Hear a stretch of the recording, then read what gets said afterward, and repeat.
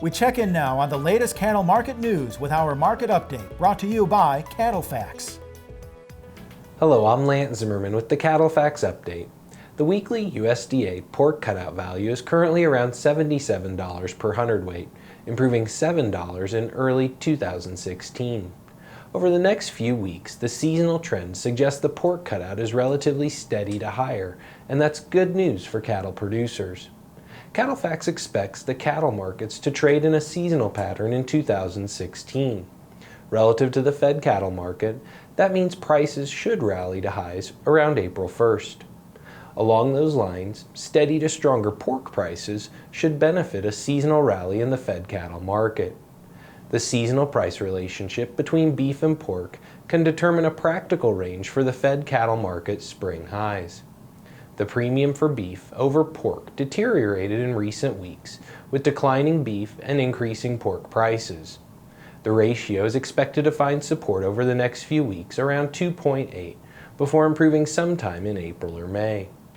The spring 2016 high for the ratio is likely around 3.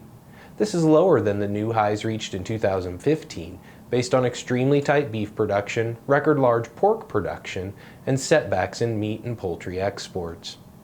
With April lean hog futures prices at $75 per hundredweight today, the pork cutout is likely to be $80 to $85 during the fed cattle market highs.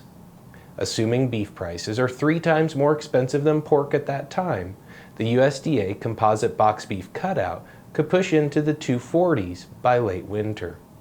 At that time, fed cattle values are typically 56 to 57% of the beef cutout. Based on that percentage, and adding $10 per hundredweight for the hide and offal value, fed cattle prices could reach a late winter high in the mid to upper 140s. This is not the only data suggesting this range for the fed cattle price highs. Producers should take confidence in this and other data pointing to generally higher fed cattle values through the winter.